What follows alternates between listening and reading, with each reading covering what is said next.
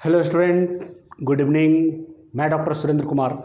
आज मैं आप लोगों को इग्नू द्वारा आयोजित एग्ज़ाम दिसंबर 2023 के तहत इम्पॉर्टेंट क्वेश्चन देने जा रहा हूँ।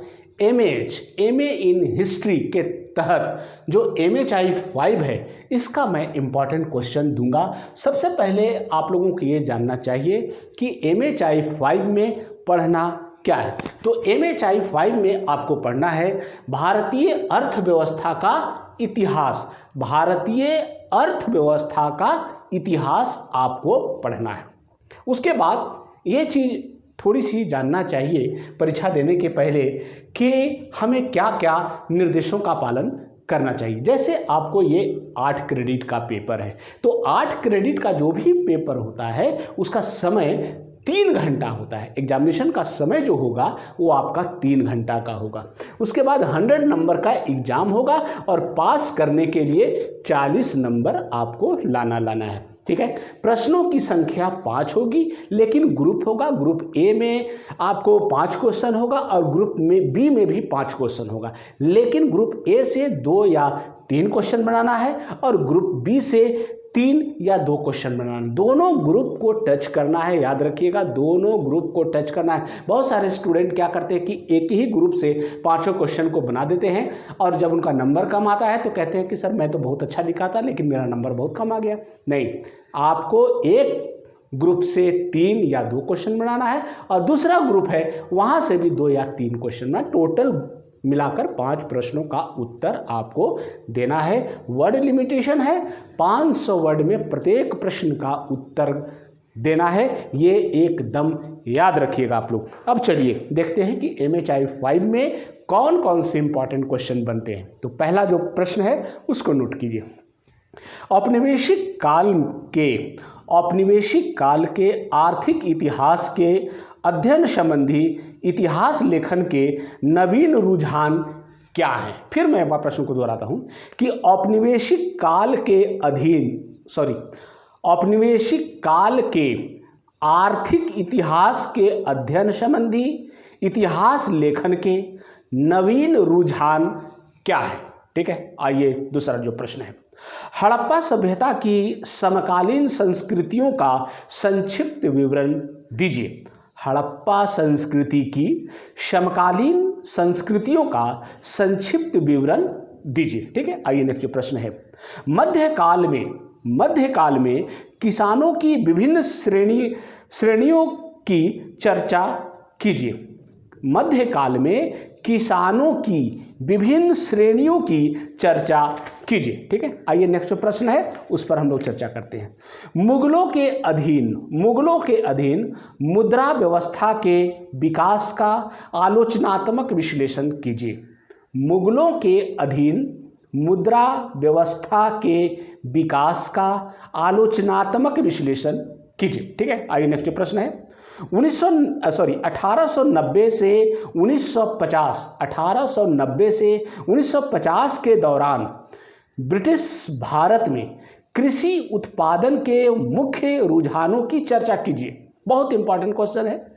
1890 से 1950 के दौरान ब्रिटिश भारत में कृषि उत्पादन के मुख्य रुझानों की चर्चा कीजिए। ठीक है। आइए नेक्स्ट प्रश्न है, स्वतंत्रता पूर्व भारतीय उद्योगों के विकास में व्यापारिक उद्यमों की भूमिका की चर्चा कीजिए। फिर मैं वह प्रश्न को दोहराता हूं कि स्वतंत्रता पूर्व भारतीय उद्योगों के विकास में व्यापारिक उद्यमों की भूमिका की चर्चा कीजिए। ठीक है। आइए नेक्स्ट प्रश्न है, उस पर चर्चा करते हैं। यातायात तथा परिवहन के लिए सुगम्य नदियों की महत्ता की आलोचनात्मक परीक्षण कीजिए। यातायात तथा परिवहन के लिए सुगम्य नदियों की महत्ता का आलोचनात्मक परीक्षण कीजिए। ठीक है। आइए नेक्स्ट प्रश्न है, प्राचीन भारत में रोमन व्यापार की प्रकृति की चर्चा कीजिए। इसके दीर्घकालीन प्रभाव क्या थे। प्राचीन भारत में रोमन व्यापार की प्रकृति की चर्चा कीजिए। इसके दीर्घकालीन प्रभाव क्या थे। ठीक है। आइए नेक्स्ट प्रश्न है, मध्यकालीन अर्थव्यवस्था में मध्यकालीन अर्थव्यवस्था में बैंकिंग तथा हुंडी के विकास का विश्लेषण कीजिए। मध्यकालीन अर्थव्यवस्था में बैंकिंग तथा हुंडी के विकास का विश्लेषण कीजिए। ठीक है, आइए नेक्स्ट जो प्रश्न है, 1900 से लेकर 1946 में 1900 से लेकर 1946 में औद्योगिकरण की प्रकृति का विवरण दीजिए। 1900 से लेकर 1946 मतलब भारत आज़ाद होने के पहले में औद्योगिकरण की प्रकृति का विवरण दीजिए। ठीक है, आइए नेक्स्ट प्रश्न है, भारतीय अर्थव्यवस्था की उदारीकरण की प्रक्रिया के प्रभाव का आलोचनात्मक मूल्यांकन कीजिए। फिर मैं एक बार प्रश्न को दोहराता हूँ कि भारतीय अर्थव्यवस्था की उदारीकरण की प्रक्रिया के प्रभाव का आलोचनात्मक मूल्यांकन कीजिए। ठीक है, आइए नेक्स्ट जो प्रश्न है उस पर हम लोग चर्चा करते हैं। मध्यकालीन भारतीय अर्थव्यवस्था के अध्ययन संबंधी मार्क्सवादी दृष्टिकोण की चर्चा कीजिए। फिर मैं वह प्रश्न को दोहराता हूं कि मध्यकालीन भारतीय अर्थव्यवस्था के अध्ययन संबंधी मार्क्सवादी दृष्टिकोण की चर्चा कीजिए। ठीक है, नेक्स्ट प्रश्न, प्रारंभिक मध्यकाल में प्रयुक्त सिंचाई की तकनीकों का विवरण दीजिए। प्रश्न को फिर दोहराते हैं, प्रारंभिक मध्यकाल में प्रयुक्त सिंचाई की तकनीकों का विवरण दीजिए। ठीक है, नेक्स्ट प्रश्न, मुगल राज्य द्वारा लगाए गए गैर कृषि करों का वर्णन कीजिए। मुगल राज्य द्वारा लगाए गए गैर कृषि करों का मतलब टैक्स का वर्णन कीजिए। ठीक है, नेक्स्ट जो प्रश्न है, भारत में ब्रिटिश द्वारा लागू किए गए भू राजस्व बंदोबस्तों पर एक टिप्पणी लिखिए।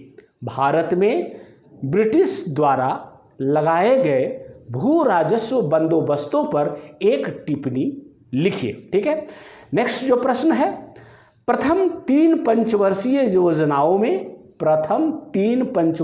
योजनाओं में आर्थिक विकास की प्रकृति की चर्चा कीजिए।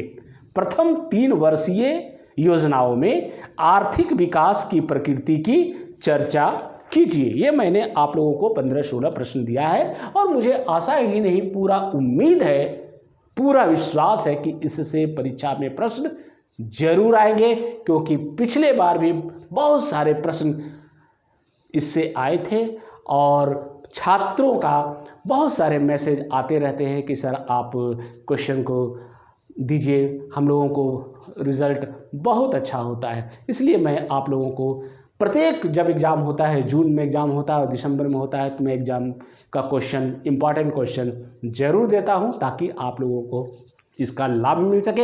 एक चीज़ और मैं बता दूं कि इसका उत्तर मेरे यूट्यूब चैनल पे उपलब्ध है, आप लोग वहां भी जाकर देख सकते हैं। थैंक यू, धन्यवाद।